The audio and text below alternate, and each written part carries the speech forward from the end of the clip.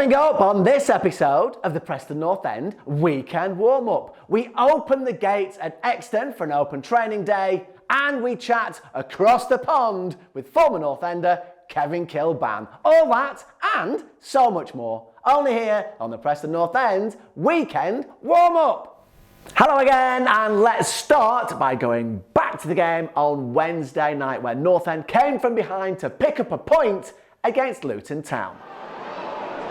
Running down the white lines, really, he's that far wide, but it's a clever ball for Adebayo, and he pokes it in too. Good save by the goalkeeper. Clark with his first chance blocked and his second one blocked as well.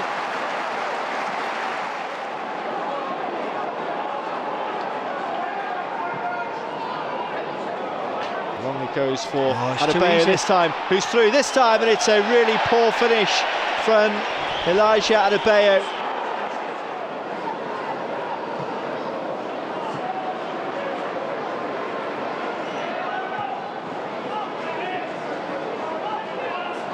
Here's Clark again playing a little ball around the corner, and it's Onidimma this time who pulls it back, and it's somehow wide, and I'm not quite sure how. What a great chance that was.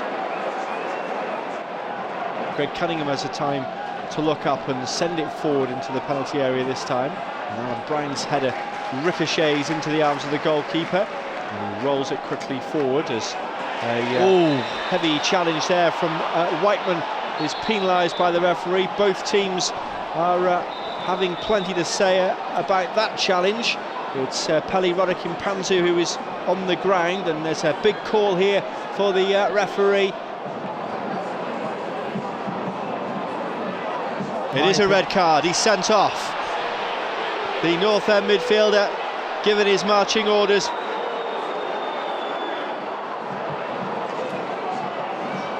Ball just bouncing around, and it falls to Jordan Clark, who looks for Adebayo this time, who tries to bend it into the corner.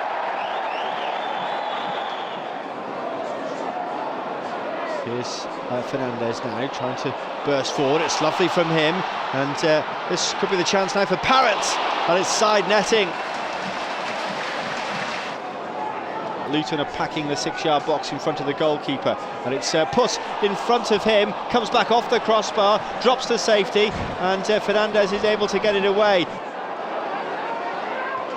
Jordan Clark, who else is making the run now? He's just inside the penalty area, and he pulls it back as well to the near post, and it was Morris waiting there, but North End were able to defend it and get it clear for the time being at least. It's Amari Bell on the left-hand side, who's crossing deep towards the far post, and this time Luton, I think, have scored, and Carlton Morris is celebrating. The referee checks the goal line system, it indicates it went over, and finally Luton have got the goal that had been coming in this game. Andrew Hughes tries to pick one of his teammates out in the box. He does do that now, appeals for handball, and the referee points to the spot. It's a penalty kick for the block by the defender. It is Parrott ready with the spot kick and a chance to equalise. He steps up and scores! Brilliant finish from Troy Parrott, who gets his first goal since injury, his third of the season, and it's a huge sigh of relief here at Deepdale. The 10 men of North End are level.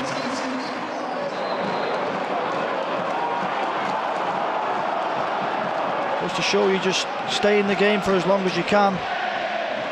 And anything can happen, and here could be another chance. It's Cannon this time. Cannon just wide! What a moment that could have been.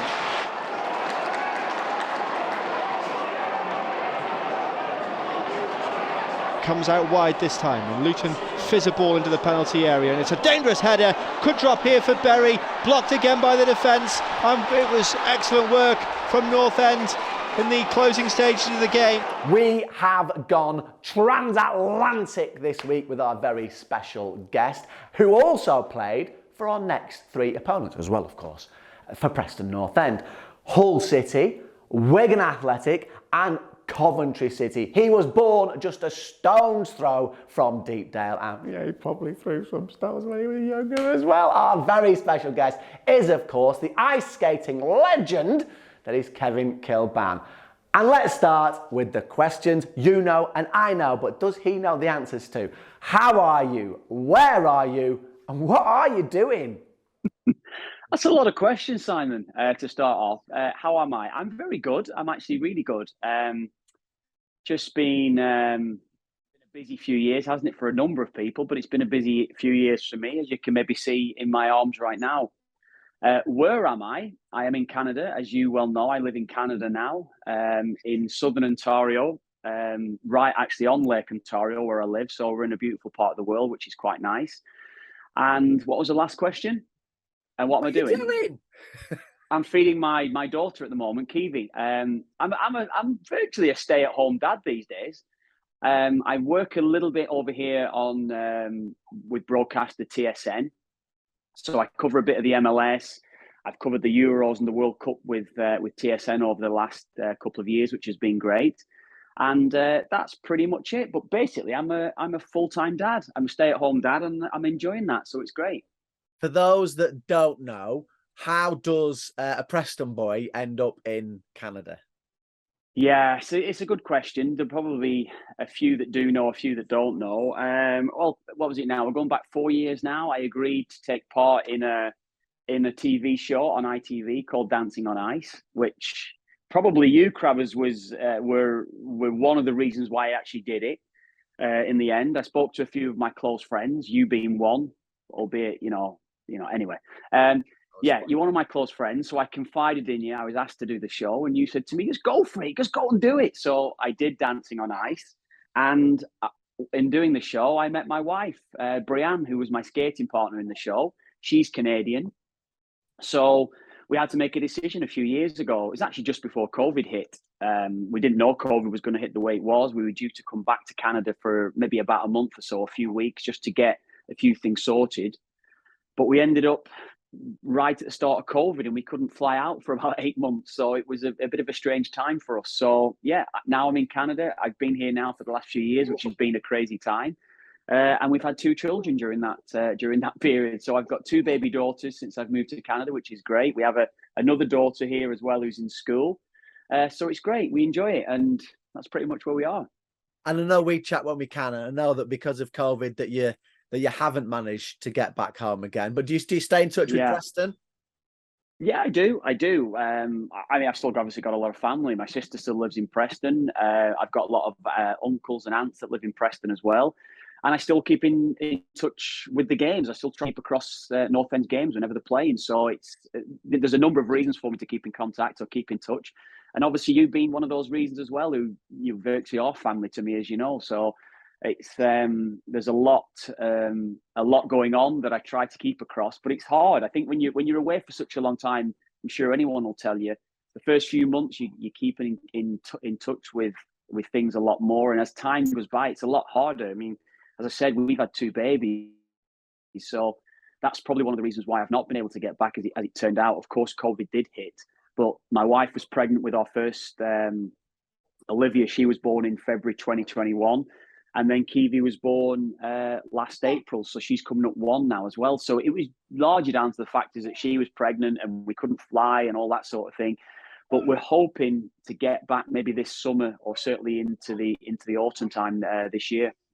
And are they Preston fans? Are you spreading the word about Preston over in Canada? Well, yeah. I mean, right now they're Irish fans, they're Ireland fans. I'm trying to get that. The Canadian passports actually have just come through, so they're officially Canadian, which seems a bit strange to me when those Canadian passports come through. No, I'm a resident. I'm not a Canadian citizen as yet, but I'm a resident, which I think my residence would run for 5 years. It's called permanent residency, which you apply for first. I think you've got to see the first 5 years of that residency out, and then you can apply for citizenship. I'm not exactly sure the total. I think it's 5 years. 5 years. Once your 5 years lapses, you can apply for citizenship. So I probably will. I'll probably be dual citizenship, not English or British. I'll be Irish and Canadian then, I think, yeah. I'll tell you what you'll be. Preston. Yeah, well, that's always going to be with me, Simon, isn't it? I was born in Preston and I'm proud of that fact. But I can't get away from my roots, as you well know. And we'll have more from Mr. Kilbane between now and the end of the show. We might even talk a bit of ice skating. I know, who'd have thought it? Anyway, it's half-term week this week. You're probably well aware. Preston North End decided to open up the gates for our younger supporters to come along and watch an open training session, as well as get a chance to meet some of their heroes.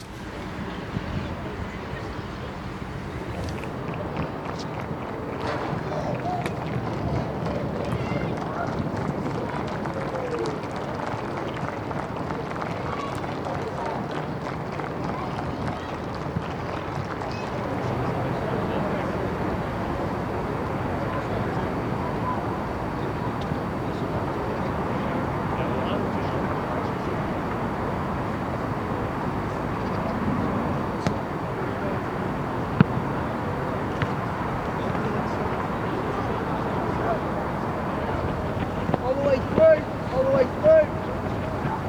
Good. Walking back in as slow as we want. There you go. Do you see him? Let's go. Good, Ellie. Good. Yep. Set play. Yes. Good. See. Nice turn, Bryce. Use it. Good. Use your step through the middle. Good. Good. Into the goal. Set. Yes. Yep. Very good. Oh. Like good.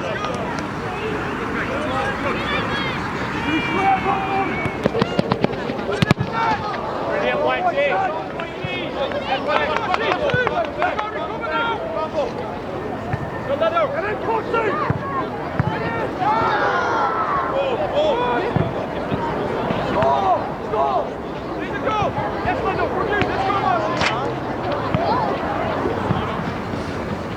Good. Stretch.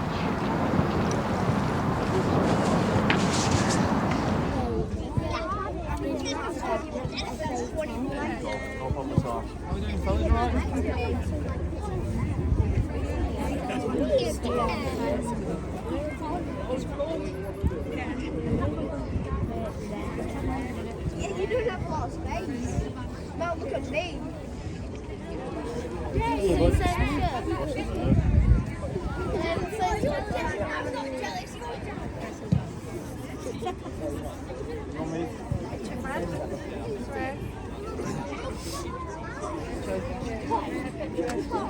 Let's hold it tight.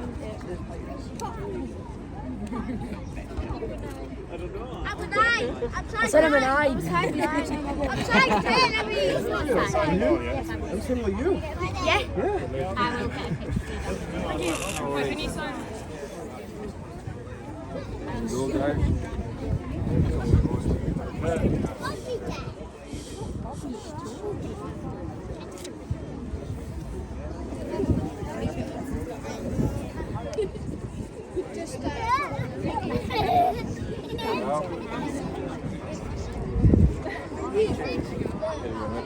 Yes, little ones are good. I know it's 17.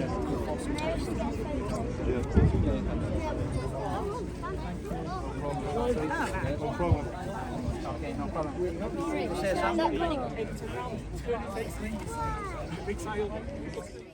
Right, let's get back into our chat now with Kevin Kilbane, across in Canada, having the time of his life. But let's catch up on the football side of things. As we said before, the next three teams are three of his previous clubs. So that's where we'll start this weekend and the trip to Hull City. I really enjoyed my time at Hull. It was probably a strange time for the club in general. They'd just been promoted to the Premier League not long before I signed for them. And I really enjoyed it. I was a January signing during the first season of the Premier League. They had that great start to the season and things went a bit pear-shaped. I'm not too sure if the signings in January had anything to do with that or not. I don't know. But anyway, yeah, one of them did, exactly. But no, I actually did enjoy it. I really did enjoy it there. We had, obviously, Phil Brown was the coach. We had Brian Horton, who I used to have a good relationship with Brian, actually, and Steve Parkin, who's actually on the This Is Wrexham documentary right now. So I've been watching a bit of Parkin, laughing at him, actually seeing him on there right now, which is quite funny. But no, I did enjoy it. I think we had a really good spell with what happened. We managed to stay up in that first season, which was great for the club and for the city itself. And then, of course, the next season we got relegated, and there was a few financial difficulties as well, which was a bit difficult. But the one thing that I did enjoy about Hull, that probably it would be the standout thing for me. I was actually struggling with a lot of injuries. I mean, you know yourself. Towards the back end of my Wigan career, I was struggling with back injury. So I signed for Hull. It was almost going to just be an 18-month deal, and I got offered a 2.5-year deal to go to Hull, which was great for me at the age that I was. But during the last year of my contract, I'd had a serious, the back injury had maybe just come, it got too much for me. I'd had to have surgery. I was on loan at Derby at the time, and Nicky Barmby was coach, and I went back to become reserve team manager. So I had a year being a reserve team manager, which was great for me personally, that I could get my teeth into coaching a little bit. And I enjoyed doing that for the last year that I was there. And one or two players that have gone on and had good careers. Tom Kearney would be one, who was one of the younger players. Liam Cooper, who is playing at Leeds as well. So there was some good players that was part of my reserve team during that time, and bordering on first team football, which was great to be part of. And in terms of your knowledge of the Championship, I know when we have little chats, you follow it. I think you watch it on DAZN, don't you, out there in Canada? Yeah. So what are you thinking in terms of how the Championship looks this season, and more importantly, of course, how you think that we're doing this season? Yeah, I mean, I think the Championship itself, you know way more than me, it's heavily weighed on the teams that get relegated from the Premier League, or certain sides that have been relegated over the last few years, because of the financial gap between the clubs that are getting the parachute payment and the clubs that aren't. So you can see at the top of the Championship right now, the way things are going for them. Burnley are absolutely flying. They've got a huge budget in comparison to a lot of other teams. Vincent Kompany went in across the summer, and he's obviously doing well with them, but it's more the financial benefits that they've got in there. So I imagine that Burnley will probably go up. And then you'll be looking at a number of other teams. It's always nice to see a team in the playoffs or getting into the playoffs that haven't had that real financial backing. And, Luton Town will be one of them that it's good to look at a club like that, because I certainly would judge Luton as a team like Preston. They've not had huge financial investment over the last number of years, yet they can compete. And it's difficult. Honestly, I think North End right now are where they are. They're probably exceeding expectations, the way that I would look at it, in comparison to the budget of a lot of sides that's within that league. Wages and the transfer fees that they can pay. So it's as competitive as ever. It will always be probably the most competitive league in Europe, simply with what's at stake ahead of them. If you can get promoted, you can get out of it. And I love watching Championship football. As you say, we get full coverage here on DAZN, and I'll be watching a game across the weekend. Right, so the journey to Hull City up next for us. And if you want to go but you haven't got your ticket yet, it's okay. It's okay. You can pay at the ground. Go to the ticket office at the Hull City Stadium and they'll sort you out. Right, let's have a look now with a chat here at Exton with our manager, Ryan Lowe. Yeah, well, the bits I've watched them, they've obviously picked up and they've tightened up defensively. They're scoring more goals, they're keeping less goals out, albeit they conceded a lot before Liam come in. So we're expecting a tough game, as always. All Championship games are all tough, but it's one we're looking forward to. We're in a little bit of confidence is a little bit higher than it has been of late for us, especially after going down to 10 men and clawing a draw back and potentially could have went on and won the game. So yeah, the lads are chomping at the bit. We've had to recover them and rest them because obviously they're turning around so quick, and we'll finish off this morning with some bits and bobs we need to put into the lads, and then we'll head up to Hull. We've got a good idea of what we're going to do. We sat down yesterday and discussed that with the group and with the staff, and then we'll continue that today. And we spoke to one or two of the players this morning, which, making sure they're all right, and we're ready to go. We've got a fully fit squad, with the exception of a couple of suspensions in Ched and Whitey now. So yeah, the lads are chomping at the bit, and if there's changes, then it's over to them to take them. And that is that. All that remains for me to say, a reminder if you like, because you do know by now, if you can't get to the match at the weekend, I follow P&E. Guy Clark and Graham Atkinson, your commentary team. Lads have played for both as well. Wonderful how this all works, isn't it? Don't forget to like, subscribe, turn on your notifications, and give us 3 rings when you get home. And that's it for now. All that remains for me to say is, come on, you Whites!